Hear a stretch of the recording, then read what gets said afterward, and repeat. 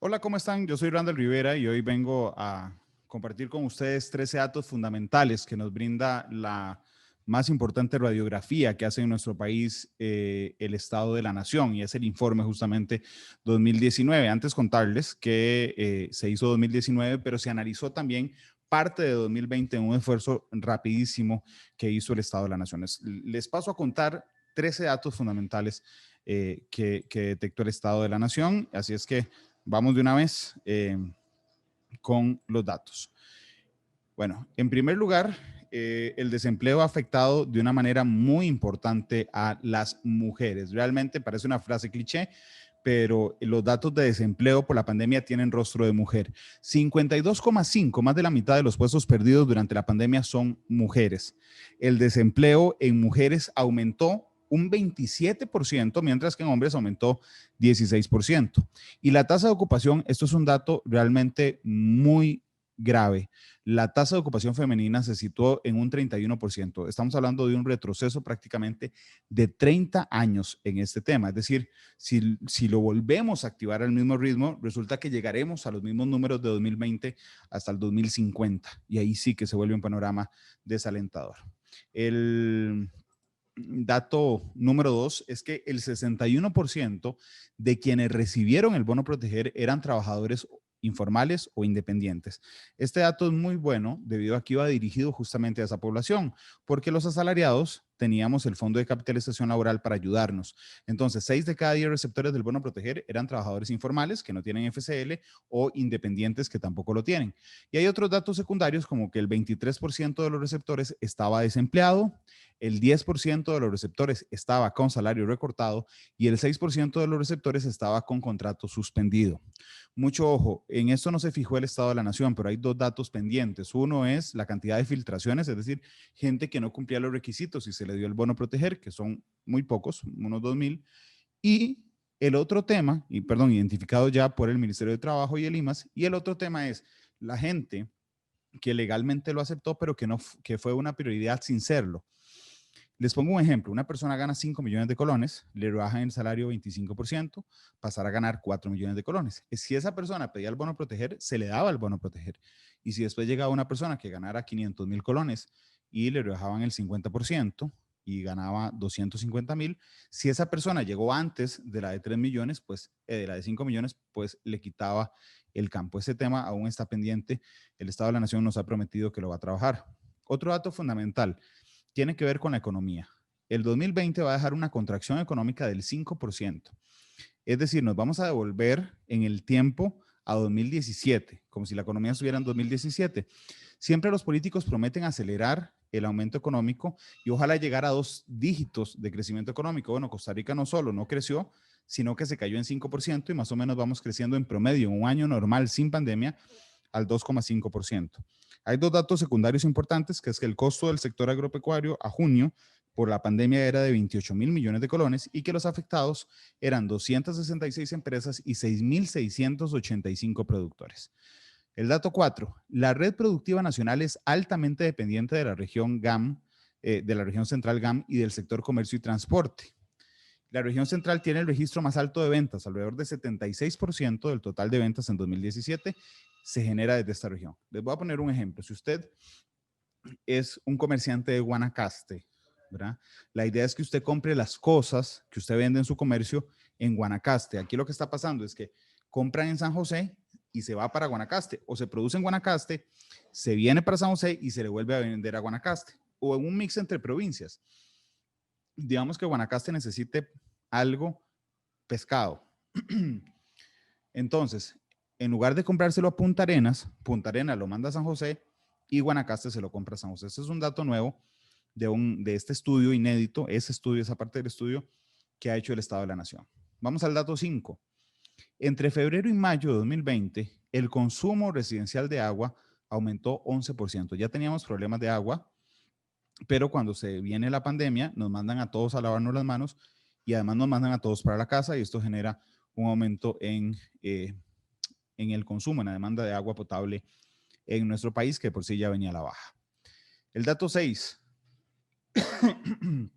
y este realmente es interesante. Ojo esto, los cantones con mayor incidencia de desastres en los últimos 50 años coinciden con una alta presencia de contagios del COVID: San José, Alajuela, Golfito, Punta Arenas y San Carlos. Esto no quiere decir que porque tengan más desastres tienen más COVID.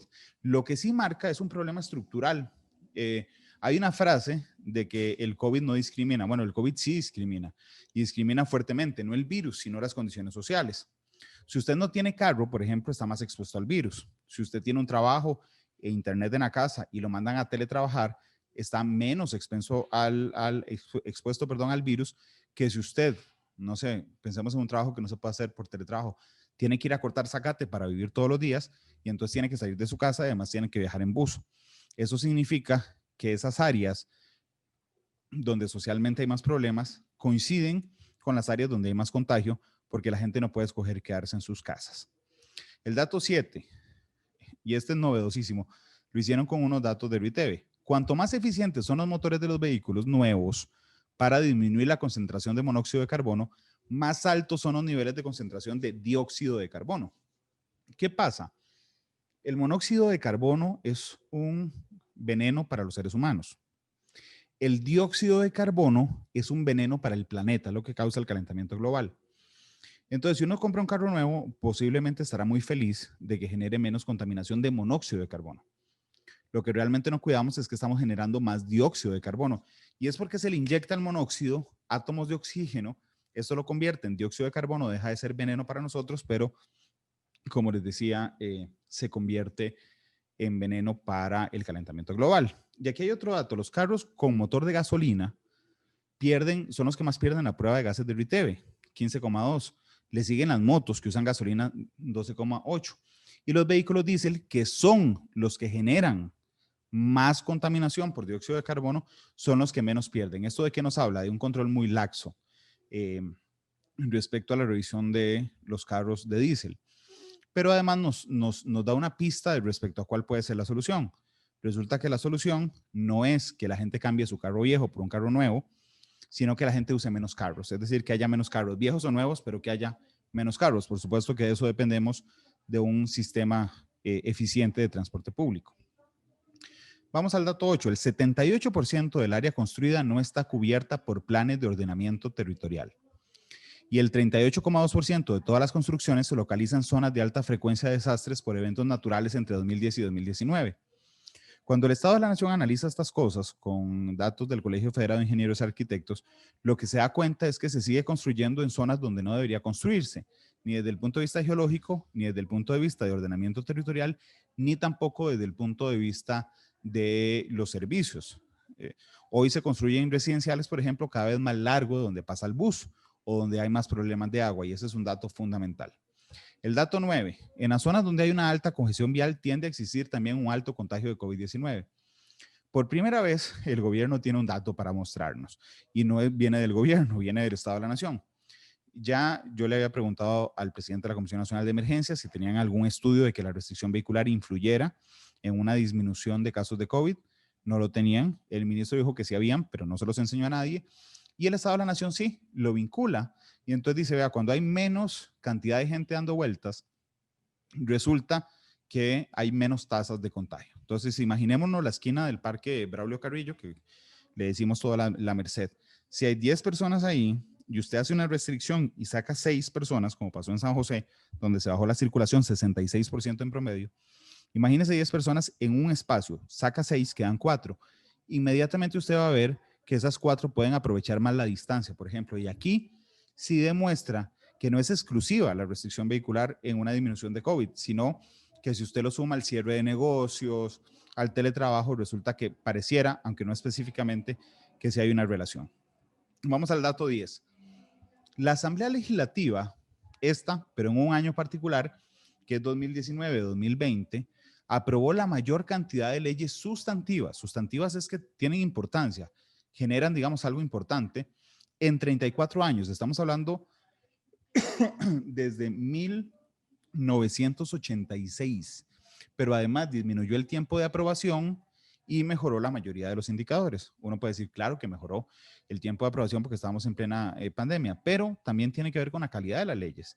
Y resulta que la de 2019-2020 fue la mejor en 34 años. Pero también hay algunos factores. Uno es que hubo un debilitamiento de los actores con capacidad de veto, es decir, algunas fuerzas fácticas de poder no logran evitar que se voten cosas. Hay un partido que no es tradicional en el gobierno y que había hecho una muy férrea oposición a un montón de cosas y ya no está.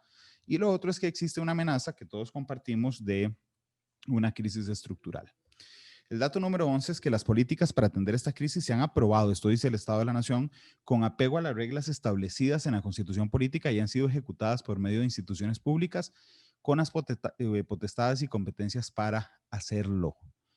Yo les cuestioné esto en particular. Primero, porque el Estado de la Nación normalmente no hace un análisis jurídico y además hay muchos costarricenses que piensan que el gobierno violó la Constitución política al establecer desde el Poder Ejecutivo las medidas de restricción y no desde la Asamblea Legislativa. Se los planteé, ellos me dijeron que ellos solo revisaban la forma, es decir, que cada una de las restricciones estuviera en un decreto, que ese decreto estuviera firmado, que la gente la pudiera apelar y no necesariamente el fondo de las cosas. Y también analizaron la cantidad de medidas que se toman desde marzo hasta el 24 de julio, es decir, en agosto prácticamente, se contabilizaron 469 medidas del gobierno. Eso es un promedio de 94 por mes. Vamos al dato 12. Aún así, siendo la Asamblea Legislativa, digamos, tan cooperadora en el tema del COVID, la fragilidad y la volatilidad de la situación actual, donde ya hay gente harta, literalmente, debido a los fundamentos que caracterizan la dinámica política en Costa Rica desde inicios de siglo, es decir, que la gente está harta, no se puede descartar que el sistema político entre en un periodo turbulento, dada la vulnerabilidad a la que está expuesta el país, pero también llama la atención que aunque estamos, digamos, expuestos a una vulnerabilidad, la gente sigue confiando en la democracia y en la institucionalidad, por lo menos buen grupo de ellos. Y el último dato que les quería mostrar es que las comunidades que exhiben menores niveles de asistencia a las urnas durante las elecciones municipales en el país son aquellos que poseen mayor desigualdad salarial entre sus votantes. Esto es muy interesante. Si hay un cantón con mucha desigualdad, es decir, donde los ricos son muy ricos y los pobres son muy pobres, es muy probable que nunca cambien su gobierno local, porque resulta que le podría parecer a esas personas que acceder a hacer poder en la municipalidad o a tener poder en la municipalidad realmente no tiene ninguna injerencia porque no le va a cambiar la realidad. Y eso es muy grave. Eso ha generado que entre 2006 a 2020 el número de alcaldías reelectas viene en aumento. En las últimas elecciones municipales, que fue justamente a inicios de este año, el 60% de las alcaldías se religió. Y además hay un problema adicional, y es que el porcentaje de mujeres en la alcaldía es de apenas 7%. Y entonces, si la mayoría son hombres y la mayoría se relige, ¿sí? Adivinen, la mayoría de veces tendremos igual de muy pocas mujeres en las alcaldías, lo que genera, por supuesto, una violación a la igualdad real de oportunidades. Espero que les haya quedado claro esos tres datos fundamentales que un enorme informe del Estado de la Nación nos brindan las autoridades del Consejo Nacional de Rectores. Hasta luego.